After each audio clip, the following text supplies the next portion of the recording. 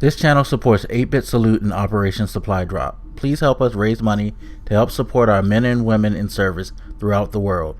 Operation Supply Drop, making fun where there is none. What up, everybody? This is your boy Blak Magus back with another old gaming rant, and we're going to discuss how the PC has won the so-called console race. Now, I say this very facetiously when I say, won, as I don't believe that there's any such thing as a real console war or console race or gaming race or platform, however you want to put it.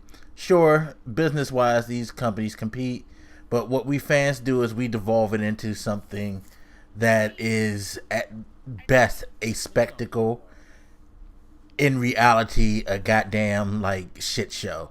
But anyway, so how did PC win, you might ask? Well, looking over the recent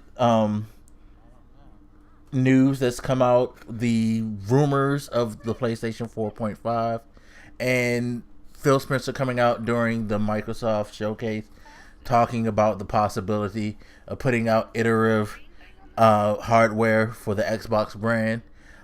It's clear to me that the PC fanboys should be rejoicing right now. And it's funny because this topic came about when I was listening to the Grown Man Gaming podcast, and they were talking about the rumors of the PlayStation 4.5.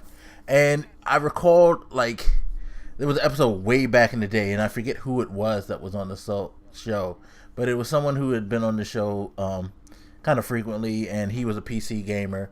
And I remember them talking about the PlayStation. I believe they were talking about the PlayStation 4 and the Xbox One early in its life cycle. And, of course, the subject of resolution and frame rates was the topic. And I think this was when Chase and all of them were getting their gaming PCs together. And I remember the person laughing and saying to another person how they got them. We got them now. Us PC people got them on our platform now. And I feel like his comment resonates a lot now because it's pretty much what has happened, not only to the consumer, but to the companies as well. The PC mentality has taken over the gaming industry completely, in my mind. Reason I say that is because with making these announcements about bringing out iterative consoles, or now you got Sony talking about bringing out another PlayStation 4, 3 years, 4 years, I don't know when it's going to drop, but in the middle of its life cycle, where they're going to improve hardware significantly, not like what they've done before, tweak the power button, make the power consumption better, things like what all hardware companies do to bring efficiency. No, they're talking about a revolutionary change, which is basically an upgrade. It's an iterative release of hardware, such as what Microsoft is talking about. And I don't think any of this would ever have come to pass if it hadn't been for the way that things have gone within the quote-unquote console wars and the fanboy wars and whatnot. What I'm talking about, and I don't necessarily blame fanboys, but I mostly blame the internet, and in particular YouTube, as far as how things are presented now and what has become the subject of conversation when it comes to gaming. And I've said this before, and I'm going to continue to say this. At some point, we started caring about things that we didn't give a fuck about when it came to gaming. When it came to gaming, for the most part, what you wanted was an entertaining experience. And when it came to consoles in particular, when they released something new, things looked better, they ran better, and you got better experiences. Now, no one could question that the Xbox One and the PlayStation 4 looks better, runs better than its previous hardware. But the last thing that was usually the most important, that you got better experiences. And what I mean by better experiences is that you got new ideas, new stories, new characters. Games have, evolved where they can tell stories better and things like that. New action. Now, I will say this: we're at a point now where ideas are running thin, and when it comes to gaming, this is why you're having a resurgence in the indie way of doing things, where you're getting all these like weird, out of the box ideas, because that's the area where they're going. Unfortunately, the mentality of most gamers now, they're reluctant to admit that they want the same shit. They just want a new version of the same shit. And if you can make a new version of the same shit that appeals, you're good. But make no mistake, it's not for lack of trying from the gaming industry to come up with something new. So the people don't want anything new. They want the Call of Duty like experiences. They want the Madden like experiences. They want like your game to reflect what their favorite experience was. They just want you to make it newer and shinier, I guess. I don't know. That's just a whole nother can of worms. But where it's gotten now is that we've started to talk about things like frame rate, like resolution, where most people, especially in the console realm, they really don't care about that stuff. Let's be honest. Having access to YouTube and the internet has given us a little bit more knowledge, or at least made us a lot more aware of these things. But please, when you listen to a lot of these people who talk about this stuff, they don't know shit about that. I'm somebody who abandoned consoles for over 10 years and played nothing but PC. And even I'm not totally up to speed on everything when it comes to that technical stuff.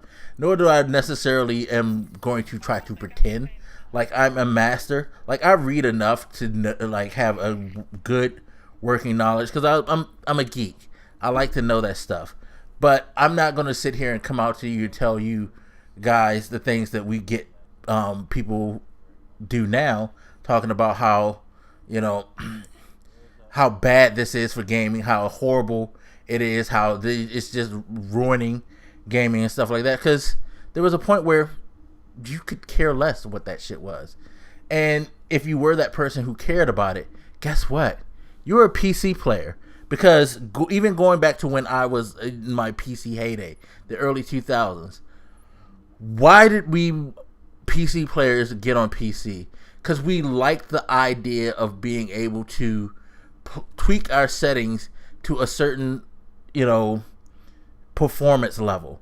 We actually paid attention to frame rates and, resolution and stuff like that.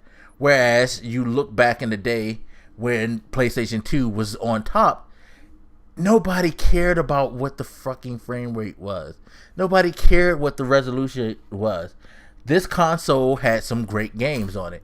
And I think that's, why I feel like PC has won, because now having great experiences is not even paramount to having these measurable numbers that people who, mostly console players, had no fucking clue about, all of a sudden are very educated and very intelligent and very, much the expert on this stuff. And it's kind of ridiculous to me, because it's like, okay, now you're talking stuff that you could really give a fuck about, and you're making these like big videos with these huge rants, and you're just like so fed up with the industry and all this. All the while, what you're doing is you're telling yourself, without thinking, why you need to have a PC. Because I don't care whether Microsoft or Sony or Nintendo do these iterative hardware releases.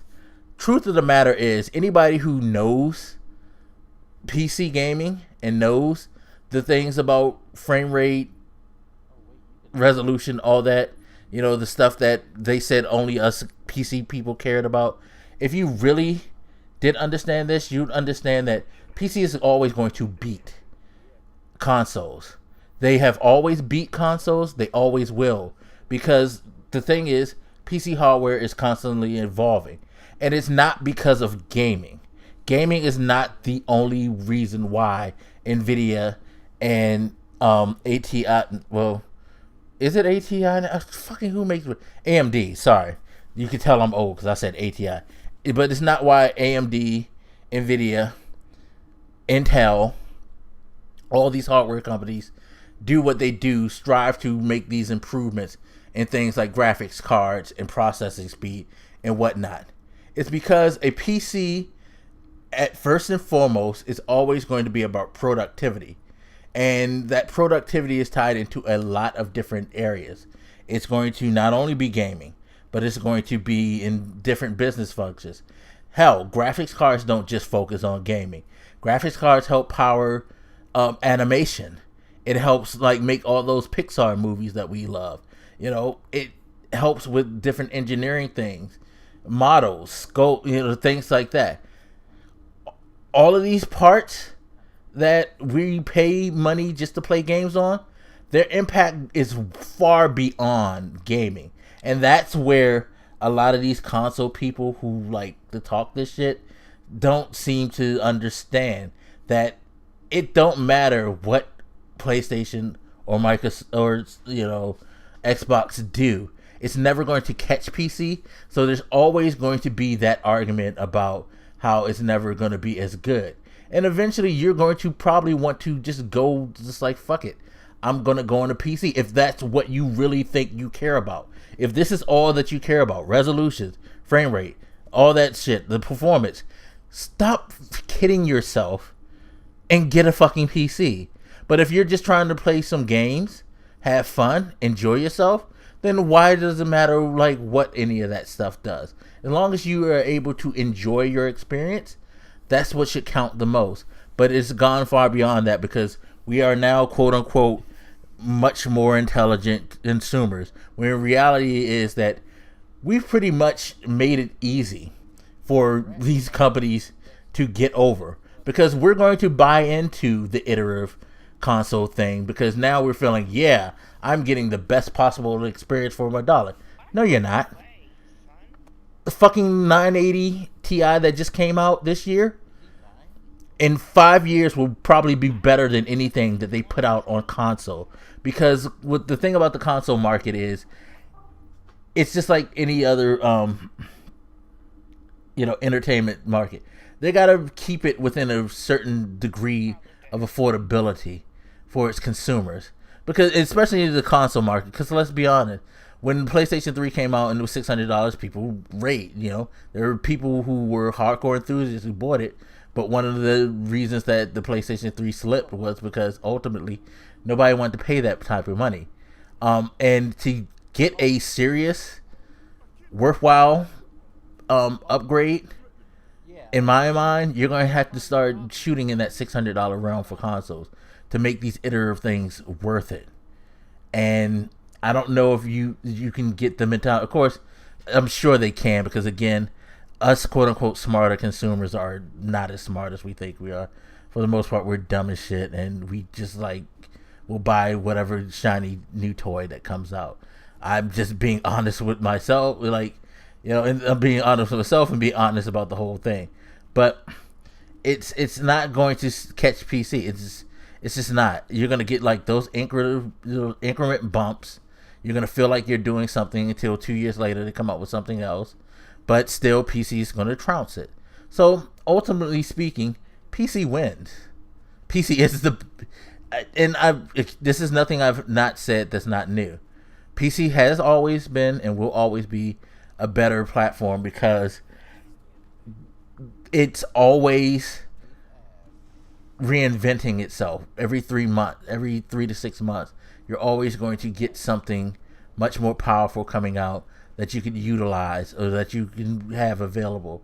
And they're engineered to outperform these dedicated boxes. And unless Sony and Microsoft are willing to charge PC, at least mid-tier PC prices to get somewhat close, it's a waste of time if they go iterative, in my opinion. You get a PC, that shit'll like be fine for the next 5 to 10 years. You just pop a part out here and there, and you'll be good to go.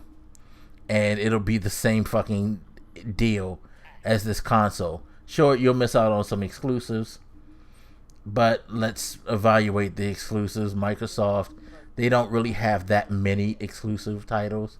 And Sony, while they have a lot, there's probably not that many that people are that dedicated to. And at the end of the day, you can definitely find other experiences to replace that. And with Microsoft going more PC, that cuts into it. You got Sony wanting you to stream their games on PC. There's the possibility that they may end up making PC games. It's at this point, if you that person that are like all caught up in this numbers game, you need to get a fucking PC and stop playing with yourself. Me personally, I don't care, so I have both. I have a PC because I like playing certain games on PC, but I also have a console because I do enjoy the console experience. And I could care less about all those numbers, but that's just me. I'm not that person. I'm not on YouTube here to like make that argument to make money because it's a profitable argument to make. And I'm just not that easily, I guess, sold on arguments. You know, it takes a lot more for you to convince me to follow whatever you're preaching, which doesn't seem to be that hard for a lot of people, you know. But anyway, it is what it is. Just wanted to get that rant off my chest. As always, you guys hit me up. Let me know what you think, and I'll holler at you later. This your boy Blak, Magus, and I'm out. Deuces.